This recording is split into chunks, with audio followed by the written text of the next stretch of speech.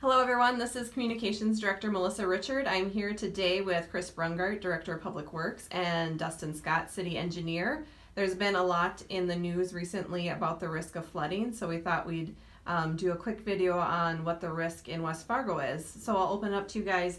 What is West Fargo's risk of overland flooding? Well, I just want to throw out there, we call it spring melt here in West Fargo because we don't really flood. We're worried about managing stormwater and how it melts. We have a Cheyenne diversion, which offers every single citizen in the city of West Fargo protection to at a minimum, the 100-year floodplain. So absolutely, we have a higher protection north interstate than south interstate. We still have concerns about Cheyenne River. You want to talk about that? Yeah, so like Chris said, since 1992, I believe, is the first year that the diversion system was certified in West Fargo. And so since that time, the city of West Fargo has been out of a 100-year floodplain.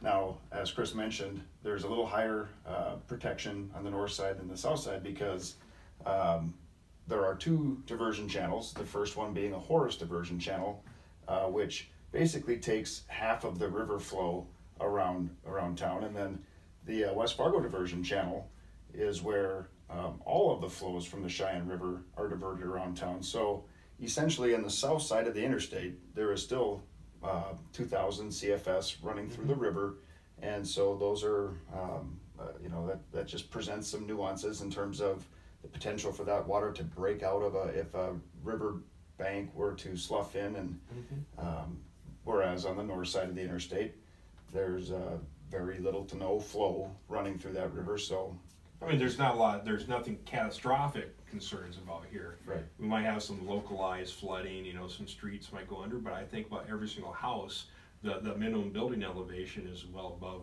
anything they'd ever see if the worst case scenario happened in West Fargo. So we're pretty good. And Chris, what are some of the tactics that your crews do during the spring melt time to monitor and watch out for any of those situations? Well, we put out gauges out on the Cheyenne River, at the big crossings, 32nd, 40th, 52nd. We follow it all the way down into Horace, and we're watching these things. They go back to a central web page, and we're just watching the elevations. So if we start seeing ice dam in there or something like that, it'll get a real quick jump in elevation.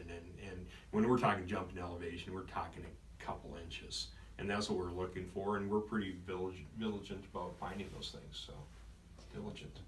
And what are some things, if there were some of that localized, very isolated flooding that needs to be managed, what are some things residents might expect to see from the city in terms of a response? Well, I can say that in 2009, 10, and even 2011, there were some areas where we called upon contractors to come out and just build up a little clay berm, which predominantly those were along Cheyenne Street, a couple on 32nd Avenue and 40th Avenue. Since those events, we really have now reconstructed some of those corridors to be elevated already. So some of those things would be already in place. I think, Dustin, some of the other things we also do is that we ask the neighborhoods that have houses along the rivers. We set up neighborhood, captains that kind of have a phone tree, and we ask the residents that live there to look at their own banks and let us know if something looks strange and something's sloughing. And I know we've gone in back of these places and built some temporary sandbag dikes and things like that. So we're always able to respond. We have Public Works. We have over close to 70 people up here, and we have mutual assistance with other people, and the fire department's always available to help us. So, and the police department for that matter. So so we're ready for these. There's a lot of general housekeeping tips we should take care of too. Like I said, we're worried about big rains or things like that, just managing the stormwater. So, once we hit this March 15th, which is just here not too long ago, or April 1st, that's the date. We want everyone to get their sump pumps switched over for going to the sanitary sewer, go outside.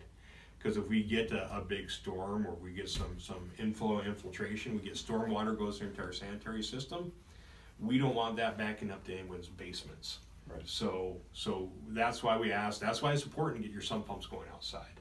And to help your sump pumps clear the snow away from the foundations, make sure you're uncovering any drains that are either in your backyard, The catch or basins, in rear the- yard, yep. in the street. It's not always fun you got to take a nice pick sometimes, but to free up those catch basins, now that gives the water somewhere to go and get off the property. I mean, and you see something, say something. That's a lot of goes with everything. It's we're all here to help, and we got a steamer out that's opening up catch basins. We're moving snow. We're making things as safe as possible right now. We're doing a lot, just getting ready for this. Plowing off dike tops and getting access to all our lift stations. So I think we're pretty well prepared, but we just got to be belt and suspenders, like I always say. Got to be prepared for about everything and hope for the best. Speaking of being prepared for anything, there's some unique features or some features that West Fargo has built into recent road construction. You touched on it briefly, but can you talk about if some really bad flooding happens in Fargo with the Overland flooding, what's in place in West Fargo to help protect us on the east side? Well, if you remember back in 2009, they actually put out evacuation order once, I do believe, but they held firm and saved Fargo. So if something like that happens again, we actually have contingencies that are in place to, as we say, shut the back door, so that Fargo Overland flooding doesn't get to West Fargo. I mean, so Veterans Boulevard, you might think we just built these high, crazy looking berms for a reason, but they're actually a flood dike.